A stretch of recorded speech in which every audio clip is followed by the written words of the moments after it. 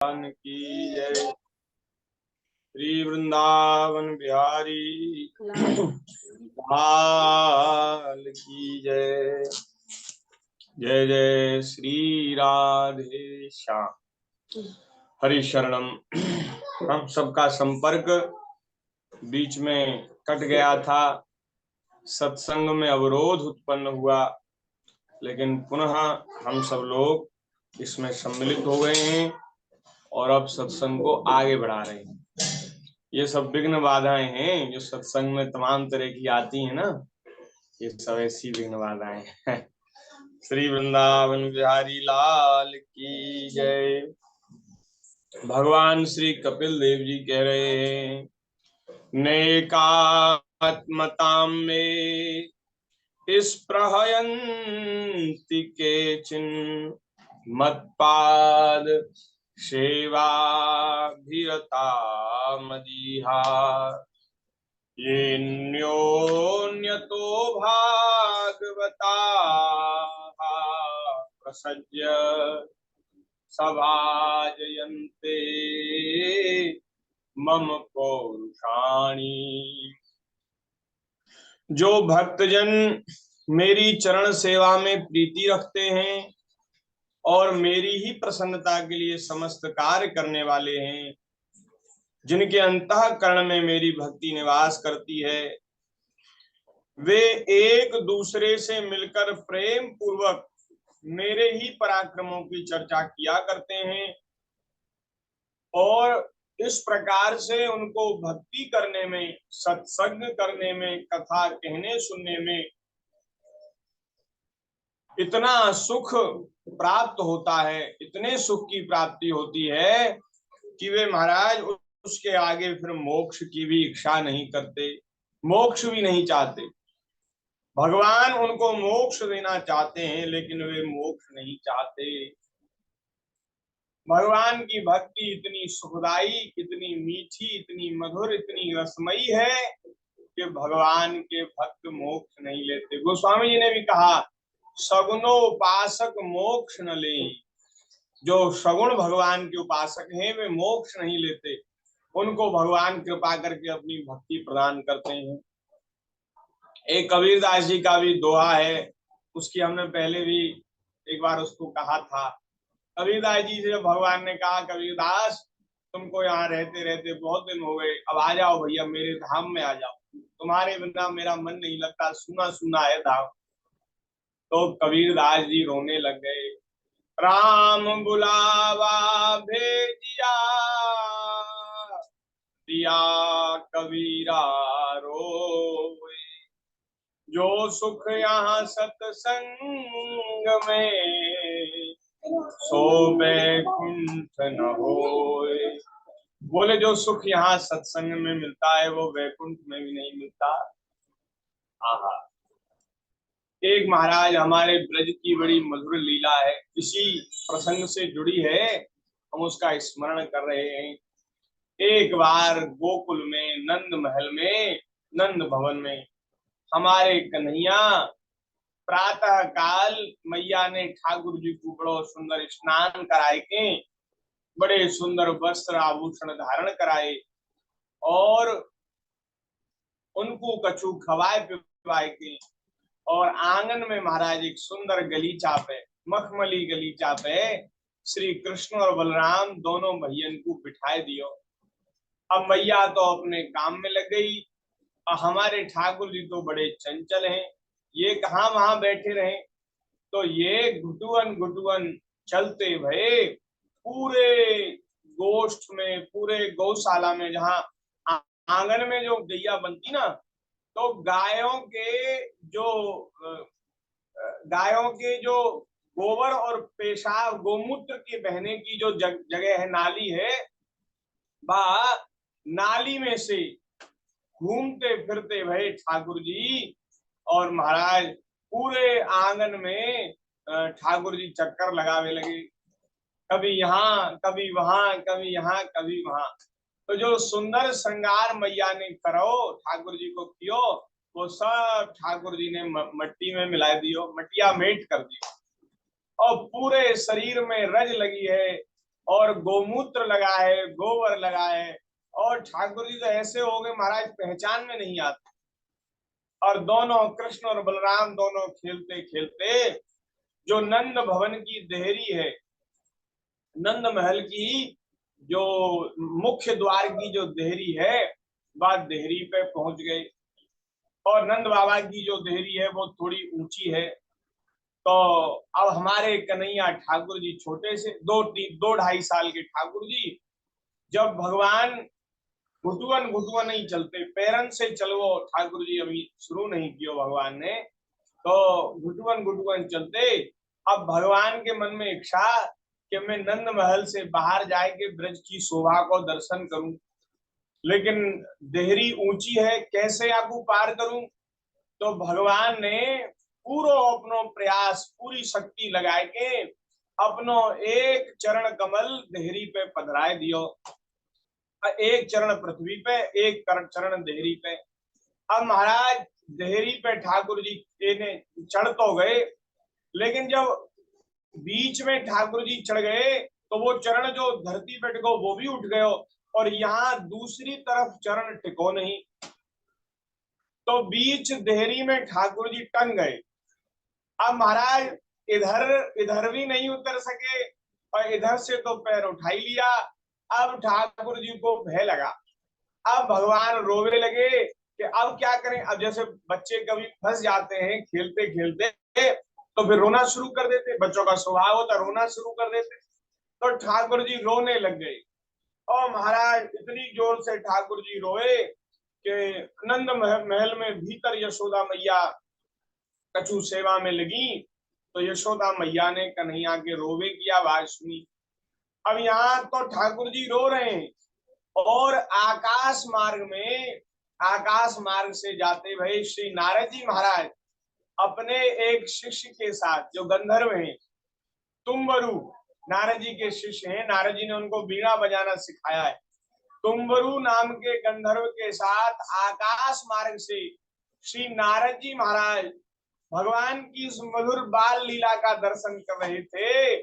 और महाराज यहाँ तो ठाकुर जी रो रहे, और वहां श्री नारद जी महाराज रोने लग गए। भगवान को रोते देख के नारद जी रोने लग गए, और नेत्रों से अश्रुधार बहने लगी। वे कहने लगे, देखो तो सही, देखो तो सही, या ब्रज में पर ब्रह्म की कैसी स्थिति है कि नंद बाबा की देहरी पे टंग गए हो, अब ना इधर उतर सके ना उधर उतर, रो रहे हो है। आज पर ब्रह्म जिनकी बड़े बड़े देवता उपासना करे हैं, ब्रह्मा जी शंकर जी जिनके चरणों की स्तुति करे हैं, वे पर ब्रह्म परमात्मा जिनके इशारे से माया सृष्टि का सृजन कर देती, संहार कर देती, ऐसे भगवान आज नंद बाबा की देहरी पर टंगे। नारद जी देख करके रोने लग गए। तुम्बरु जी ने पूछा, महाराज आपके रोने का कारण क्या है। बोले, एक तो मैं भगवान की इस लीला को देख करके प्रेम से, आनंद से मेरे नेत्रों में आंसू आ गए, और एक मुझे दुख भी है। बोले, दुख क्या है। बोले, मुझे उन मुक्त आत्माओं के लिए दुख हो रहा है जिन्होंने भगवान की उपासना करी और जिन्होंने मोक्ष स्वीकार कर लिया। मुझे उन मुक्तात्माओं को स्मरण करके उनकी गति को सोच करके दुख हो रहा है। अरे वे मुक्त हो गए, उनके लिए आप दुख क्यों करते हैं, शोक क्यों करते हैं। बोले, भैया मुक्त तो हो गए, लेकिन ये जो लीला आज नंद महल में ब्रज में जो घटित हो रही है, इस लीला का दर्शन वे नहीं कर सकते। वे ब्रह्म में एकाकार तो हो गए, सायुज्य मोक्ष को पा करके ब्रह्म का ही स्वरूप बन गए, भगवान में मिल गए तो भगवान बन गए। एक जल की बूंद समुद्र में मिल जाए तो समुद्र बन जाती है, फिर उस जल की बूंद का अलग अस्तित्व नहीं रहता, वो समुद्र बन जाती है। तो बोले, जो मुक्तात्मा भगवान को प्राप्त कर गए, बोले वो तो भगवान के स्वरूप में मिल गए। अब महाराज वो इस लीला का कैसे सुख ले सकते हैं। इसलिए बोले, उन्होंने तो अपने पैरों पर ही कुल्हाड़ी मार ली जिन्होंने भगवान का भजन करके मुक्ति की इच्छा कर ली। अरे वे अभागे रह गए, उन्हें इस लीला के दर्शन का सुख नहीं मिला। नारद जी महाराज मुक्तात्माओं की गति को स्मरण करके रुदन कर रहे हैं, दुख कर रहे हैं कि अरे वो अगर भक्त बने रहते, भक्ति करते, तो कहीं ना कहीं किसी ना किसी लोक में होते, तो इस मधुर बाल लीला का दर्शन कर रहे होते। ठाकुर जी की पंकाभिषेक लीला, जो कीचड़ से ठाकुर जी ने अभिषेक किया और फिर नंद बाबा की देहरी पर जो ठाकुर जी टंग गए, तो महाराज इस लीला का दर्शन वे कर पाते। इस प्रसंग में हमारे गुरुदेव भगवान बड़ी सुंदर कथा सुनाते हैं।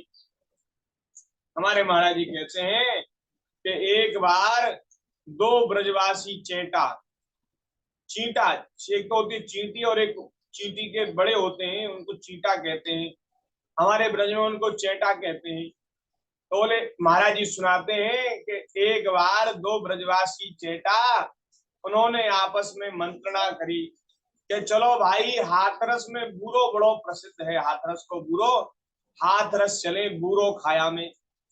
तो दोनों चेटा मंत्रणा करके हाथरस के लिए चल दिए। अब भगवान जाने उनको कितने दिन लगे होंगे हाथरस पहुंचने में मथुरा से। अब ये तो शोध का विषय है कि चेटा किस गति से चलता है, उसको कितनी दूर जाने में कितना समय लगेगा। अब ये तो इस पे शोध किया जाए तो मालूम हो। वो महाराज चलते चलते हाथरस पहुंच गए।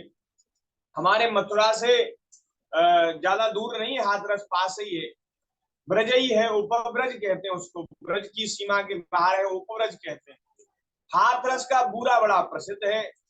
तो अब बूरे को, मीठे को देख करके चेटा महाराज उनके मुंह में लार आ जाती, पानी भराता है, तो वो बूरा खाने के लिए हाथरस पहुंच गए। पहुंचते पहुंचते महाराज जिस बड़े कारखाने में बूरा बनता है, वहां कारखाने में पहुंच गए। बड़े बड़े कढ़ाई, बड़ी बड़ी भट्टी, और उन पर महाराज बड़े बड़े कढ़ाई रखे हैं, उन पर महाराज बूरे को घोटा जा रहा है। बड़े बड़े वो है, उनके चलाने के, बूरा चलाने के औजार हैं, और उनसे बूरे को घोट रहे हैं। ओ महाराज, पूरे उसमें बूरे की बड़ी मीठी मीठी सुगंध पूरे कारखाने में छाई हुई है। जैसे ही चेटा ने देखा कि अरे हम तो अपनी मंजिल को पा गए, महाराज आनंद में फूले नहीं समाये। उनका तो महाराज सारा परिश्रम सफल हो गया। बोले भाई बहुत अच्छे आए। बोले अब क्या करें? बोले भैया अब इसमें कूद पड़ो, एक कढ़ाई में जहां बूरा बन रहा है इसमें कूद पड़ो। तो हमारा दो चेटा थे, तो एक चेटा तो बोला, बोले महाराज अब मुझसे रहा नहीं जाता, मैं तो इसी इसी कड़ाहे में कूद जाऊंगा। उसने बोला महाराज तुम क्या करते हो भैया, अगर इस कड़ाहे में कूदे ना तो तुम्हारा कुछ नहीं बचेगा, इसमें तो बुरा चल रहा है, नीचे से अग्नि जल रही है। बोले तुम भी पिस जाओगे, तुम भी बुरा ही बन जाओगे। बोले भैया मुझसे नहीं रहा जाता। तो बोले तू क्या करेगा, तू नहीं चलेगा मेरे साथ? बोले नहीं मैं नहीं जाऊंगा। बोले ये जो कढ़ाई में जो बूरा चला रहे हैं, इनके छिटक छिटक के जो नीचे बूरा गिर रहा है, उसी बूरे को पालूंगा और उसी बूरे को पा करके उसका स्वाद लेकर के यही जीवन व्यतीत करूंगा, यही रहूंगा, मैं नहीं जाऊंगा कढ़ाई में। और दूसरा बोला, बोले भैया मुझसे तो नहीं रहा जाता, मैं तो कूद ही रहा हूं। तो वो जो चेटा था वो धीरे धीरे चढ़ता हुआ वहां पहुंच गया और कड़ाहे में बूरे को देख करके उसने बूरे में छलांग लगा दी। अब क्या हुआ कि वो महाराज 2-4 मिनट में वो काला चेटा ऐसा पिस गया कि वो भी बूरा बन गया। उसका अस्तित्व नहीं रह गया, वो नष्ट हो गया, वो बुरा ही बन गया। लेकिन जो एक दूसरा चेटा था वो बड़ा बुद्धिमान निकला। वो उसने जो ऊपर से नीचे बुरा गिरा था उसको पा करके महाराज उस बुरे के स्वाद का अनुभव किया और उसने बड़ा अपना आनंद से जीवन बिताया।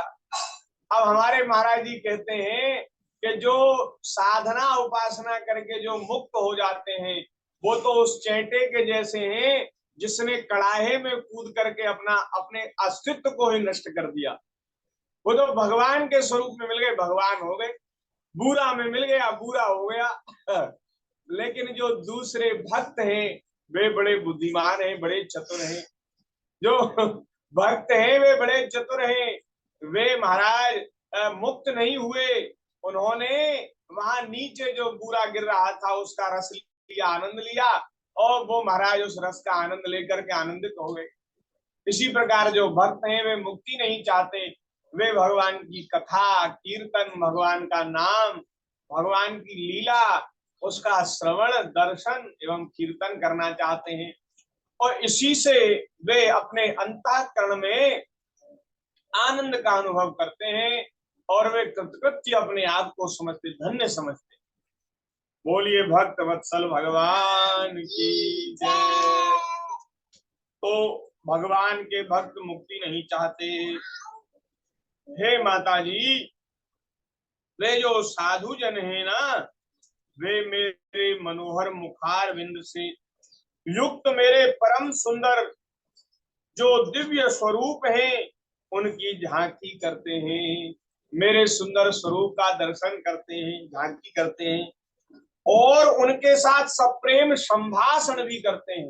भगवान कह रहे हैं, जो मैं अवतार लेकर के जिन स्वरूपों से लीला करता हूं, उन स्वरूपों का दर्शन करते हैं और उनसे संभाषण माने बातचीत भी करते हैं, जिसके लिए बड़े बड़े तपस्वी भी लालायित रहते हैं। बड़े बड़े योगी यतियों को भी भगवान का वह दर्शन सुलभ नहीं है।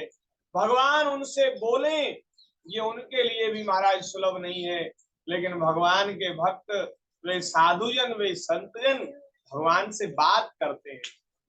कहा और भगवान की जो अमृतमयी वाणी है, मृतक जियावनी जो मधुर वाणी है, गिरा है, उसको सुन करके आहा उनके हृदय में क्या आनंद होता है, इसको वही जानते हैं।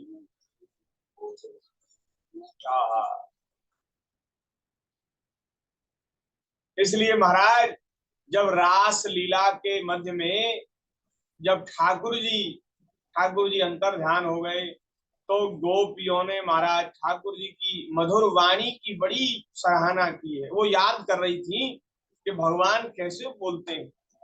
ठाकुर जी जिस प्रकार बोलते हैं महाराज, उस भगवान की मधुर वाणी को उन्होंने स्मरण किया है।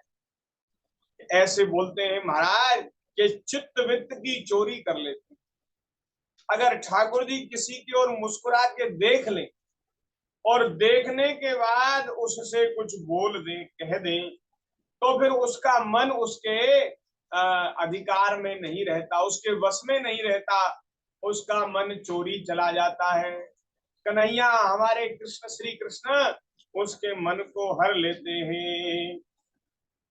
मधुरया गिरा वल्गुबा जया बुध मनोज्ञया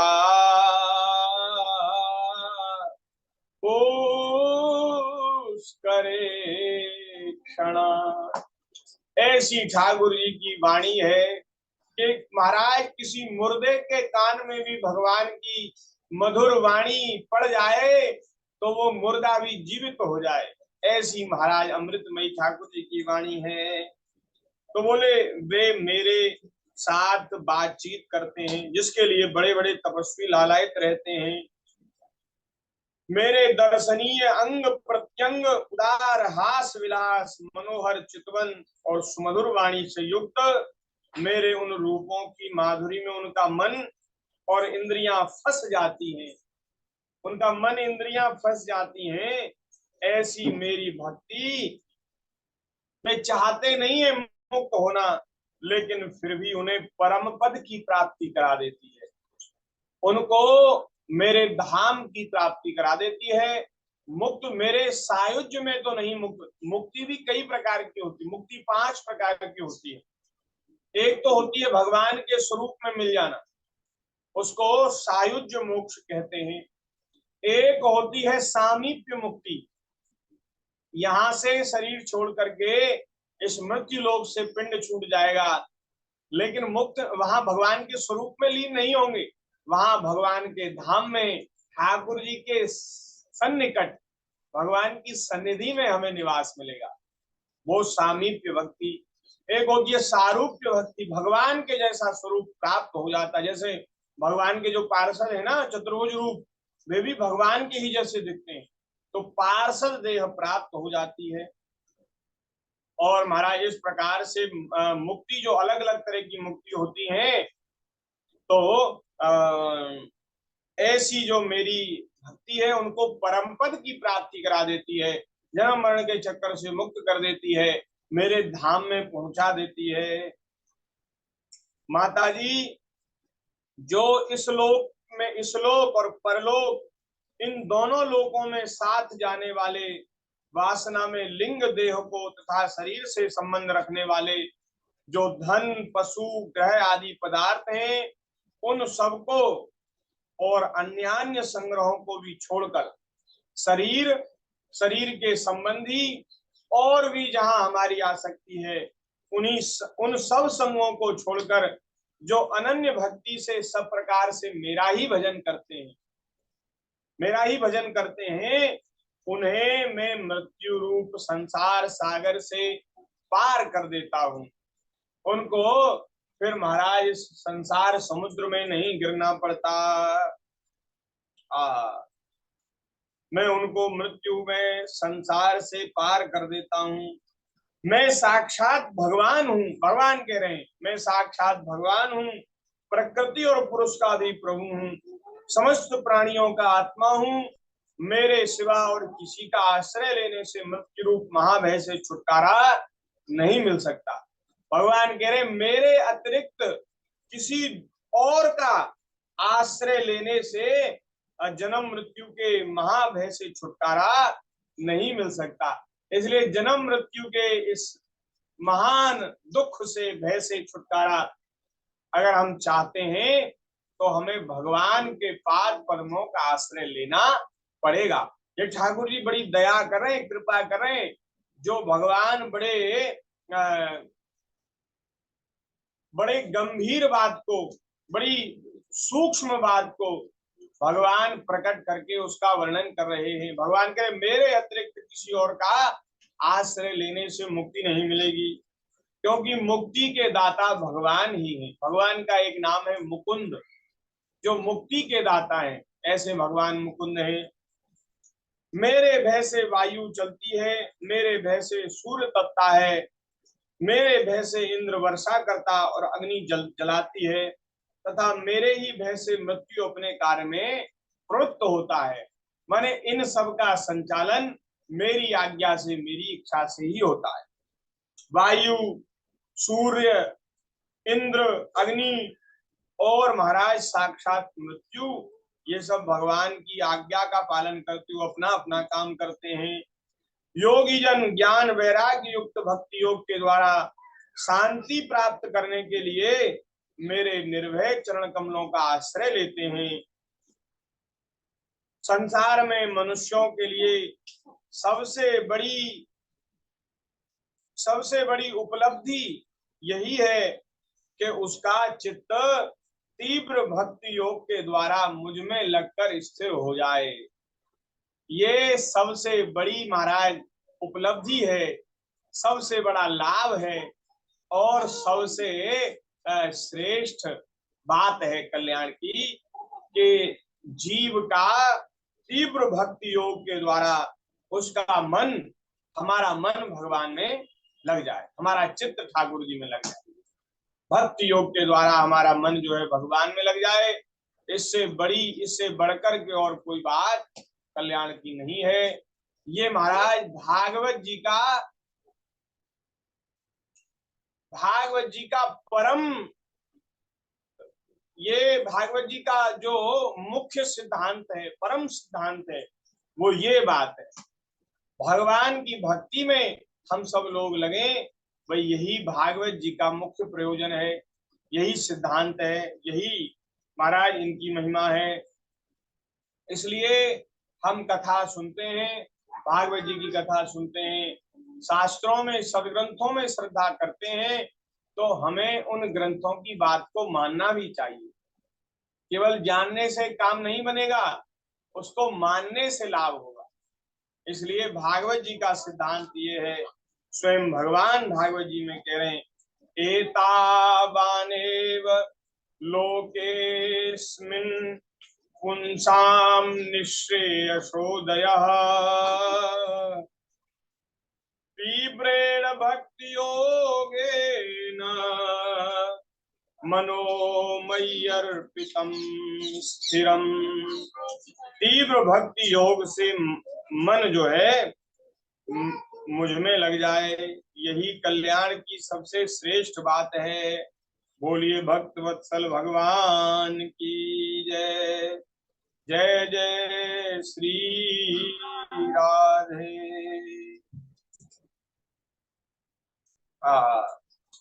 यहाँ महाराज ये 25वां अध्याय संपन्न हुआ। ये कई दिनों से महाराज 25वें अध्याय की चर्चा चल रही थी, आज ये संपन्न हो गया। 10 मिनट का। हाँ, श्री वृंदावन बिहारी लाल की जय। 25वें अध्याय के बाद 26वें अध्याय में माता देवहूति के पूछने पर भगवान ने सृष्टि के उत्पत्ति के विषय में बताया है। जो महदादि तत्व जो प्रकट हुए हैं, पंचभूत, ज्ञानेन्द्रिय, कर्मेंद्रिय, मन, चित्त, अहंकार, इनका जो निर्माण जिस प्रकार से हुआ है वो बताया है। इसकी चर्चा हम पहले कर चुके हैं, तो इसलिए पुनः इसकी चर्चा नहीं करनी है। 27वें अध्याय में, और ये तो महाराज इतनी बढ़िया बात है कि सब कुछ सुरक्षित है, इसमें YouTube में सेव है। अगर आपको दोबारा से वो चर्चा सुननी है तो आप वहां जाकर के सुन सकते हैं, तो दोबारा से चर्चा करने का कोई प्रयोजन नहीं है। और 27वें अध्याय में भगवान कह रहे हैं प्रकृति पुरुष के विवेक से मोक्ष प्राप्ति का वर्णन मोक्ष प्राप्ति हो जाती है। प्रकृति और पुरुष का जब ज्ञान हो जाता है, प्रकृति क्या है, ये माया ही प्रकृति है, और पुरुष भगवान है, तो भगवान और भगवान की माया इसका ज्ञान हो जाता है तो मुक्त हो जाता है। मतलब ज्ञानियों को जिस प्रकार से मुक्ति होती है उसका वर्णन किया गया है। अब 28वें अध्याय में भगवान ने अष्टांग योग का वर्णन किया है। योग जो 8 प्रकार का योग होता है उसका वर्णन, ये बड़ा महत्वपूर्ण विषय है, तो इस विषय की चर्चा हम कल करेंगे। आज के सत्संग को यही विराम कर रहे हैं। 2-4-5 मिनट बचे हैं, तो जब तक समय है उसमें एक भजन हम कह लेते हैं, तो जब ये बंद हो जाएगा तब विराम समझ लिया जाएगा, फिर दोबारा से जुड़ने की उसमें आवश्यकता नहीं रहेगी। तो आज के सत्संग को यही विराम करते हैं। आगे की चर्चा भगवत कृपा से यथामति यथा समय कल करेंगे।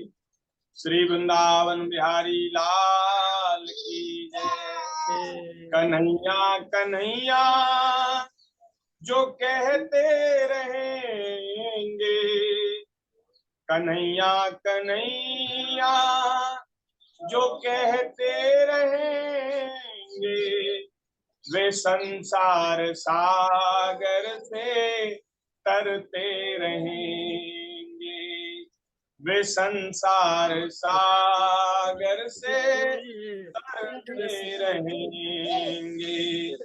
कन्हैया कन्हैया जो कहते रहेंगे, कन्हैया कन्हैया जो कहते रहेंगे, वे संसार सागर से तरते रहें, संसार सागर से तरते रहें।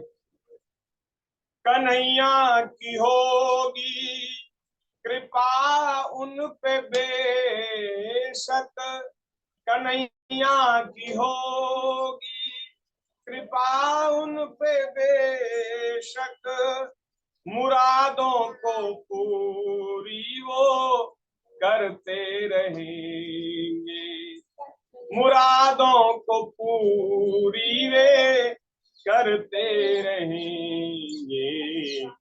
कन्हैया कन्हैया जो कहते रहेंगे, कन्हैया कन्हैया जो कहते रहेंगे, वे संसार सागर से तरते रहें, संसार सागर से भी तर जाएंगे और उनकी मन की मुरादें भी पूरी हो जाएंगी। ये है भगवान के नाम की महिमा है।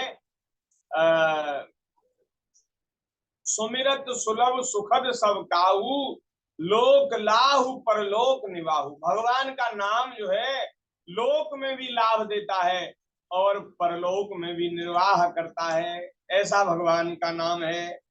उन्हें कृष्ण का होगा दर्शन न कैसे, उन्हें कृष्ण का होगा दर्शन न कैसे, सदा ध्यान उनका जो धरते रहेंगे, सदा ध्यान उनका जो धरते रहेंगे। कन्हैया कन्हैया जो कहते रहेंगे, कन्हैया कन्हैया जो कहते रहें। दिया राम ने सौंप जीवन उन्हें है, दिया हम सभी ने सौंप जीवन उन्हीं को, दिया हम सभी ने सौंप जीवन उन्हीं को। हितैषी वे मेरे हित की करते रहेंगे, हितैषी मेरे हित की करते रहेंगे। हितैषी है हमारे, हमारा कभी बुरा नहीं होने देंगे, हमारा भला ही करते रहेंगे। हितैषी वे मेरे हित की करते रहेंगे। कन्हैया कन्हैया जो कहते रहेंगे, संसार सागर से तरते रहेंगे, संसार सागर से तरते रहें। इसलिए हरे राम राम राम हरे हरे, हरे कृष्ण कृष्ण कृष्ण हरे हरे। सभी माइक हरे राम राम राम हरे हरे, हरे कृष्ण कृष्ण कृष्ण हरे हरे। हरे राम राम राम हरे हरे, हरे हरे कृष्ण कृष्ण कृष्ण कृष्ण हरे हरे, हरे। हरे राम राम राम हरे हरे हरे, हरे हरे कृष्ण कृष्ण हरे कृष्ण कृष्ण कृष्ण हरे।